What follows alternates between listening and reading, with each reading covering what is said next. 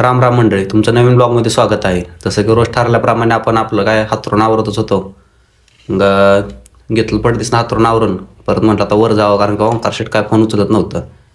Direct गेलो आपण वर त्यांना भेटायला. ते पण त्यांचं तेच का चाललेलं, उठलं होतं नुकतंच, चाललेलं त्यांचं पण रूम आवरायचे. परत म्हटलं आता आज उपासच होता, त्यामुळे म्हटलं आता दूध आणलेलं जरा तापवून घ्यावं म्हटलं. नड्याडीला होईल म्हटलं, दूधच प्यायला वेळेला होईल म्हटलं जरा, म्हणून दूध तापवून घेतलं ओकेमध्ये. म्हटलं आता जेवण करायला बसावं आपलं. काय ओकेमध्ये डबा हे काढला, काय वेपर्स आणलं होतं आपल्यासाठी, खिचडी तर होतेच होते. मग ओंकार शेट म्हटलं मी डबाच नाही सांगितला. बरं म्हटलं चालते असू दे. मग त्यासाठी उपीट करावं, कारण की शिराई होताच थोडा.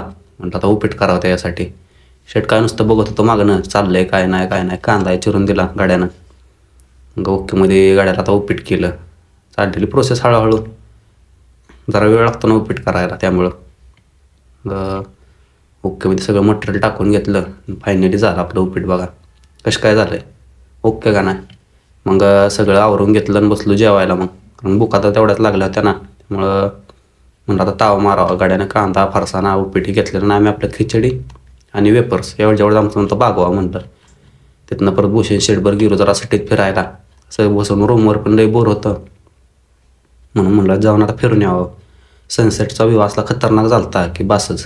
त्यात तरी सूर्य जरा खाली गेला त्यामुळे दिसला नाही एवढा.